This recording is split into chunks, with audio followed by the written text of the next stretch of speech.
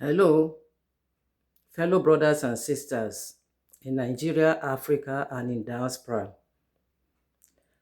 Today I'm presenting to you a topic that deals with change of guard, a blueprint for youth-driven political renewal in Nigeria and Africa.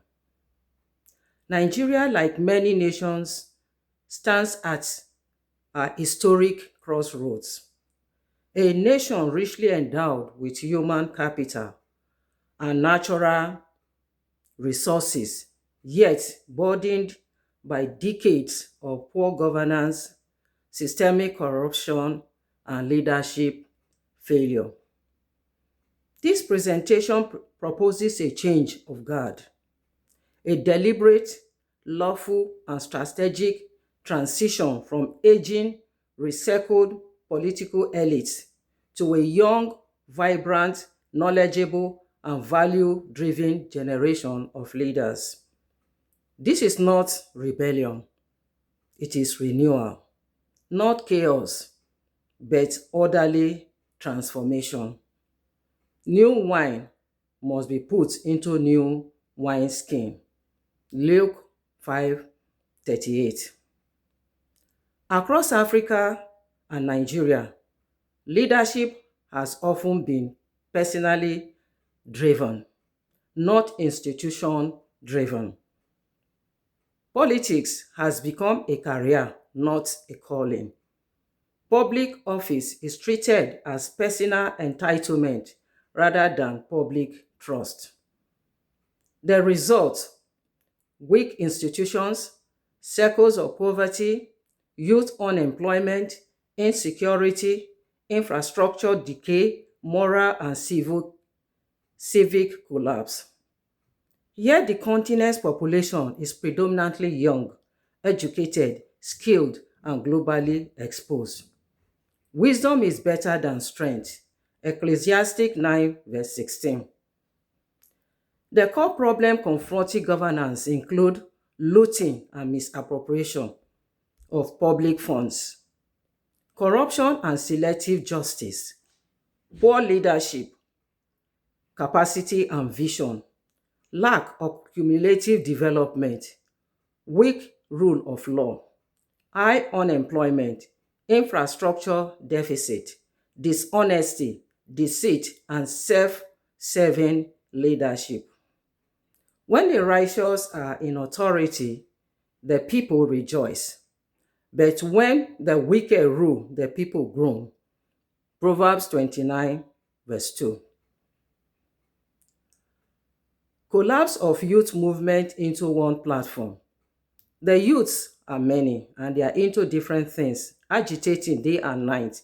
Their voices are so loud. But what do we do going forward? Because that is a large population. All youth movements, pressure groups, and reform coalition should collapse into one united front, driven by shared ideology, common vision, clear mission, measurable goals. If a house is divided against itself, that house cannot stand. Mark chapter 3, verse 25. To establish a political party with a unified ideology, vision, mission, and goals, committed to national development, ethical governance, economic transformation, social justice, institutional integrity. Using Nigeria as a pilot, being the giant of Africa, with scalability across African nations. The steps. Constitutional compliance. Number 1. Operate strictly within the 1999 Constitution of the Federal Republic of Nigeria as amended. Respect democratic norms, rule of law, and federal structure. Legal form. Full compliance with INEC requirements for political party registration. Transparent documentation and processes. Let all things be done decently and in order. 1 Corinthians 14 verse 40. What should the party structure be? It should be in line with best practice. Internal structure: National Executive Council, zonal committees, state chapters, local government chapters, ward structures. The external structure: policy think tank, youth and women mobilization arms, professional advisory councils, diaspora chapters. There should be an organogram. And what should it look like? Leadership drawn from lawyers, accountants, doctors, engineers, economists, bankers, financial managers, entrepreneurs, educationists, scientists and statisticians, technicians, administrators, political and governance experts. In the multitude of counselors, there is safety. Proverbs 11, verse 14. There should be need for qualification for elective positions. To qualify to hold any position, not just minimum or skill set, proven integrity and character, relevant education or professional competence, clean criminal record, demonstrated service history, alignment with party ideology, please.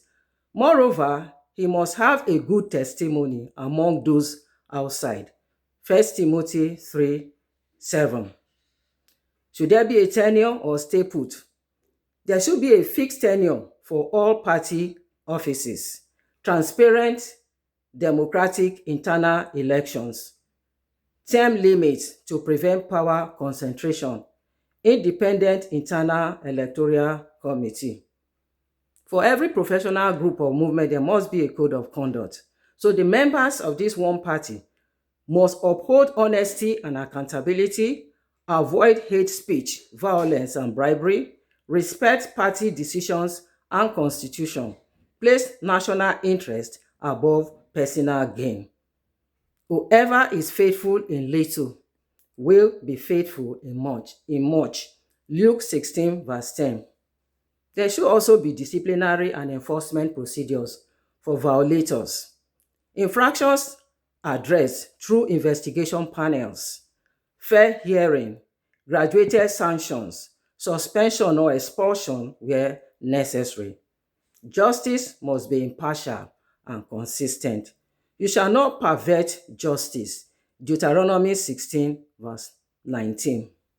Membership spread and the strategy.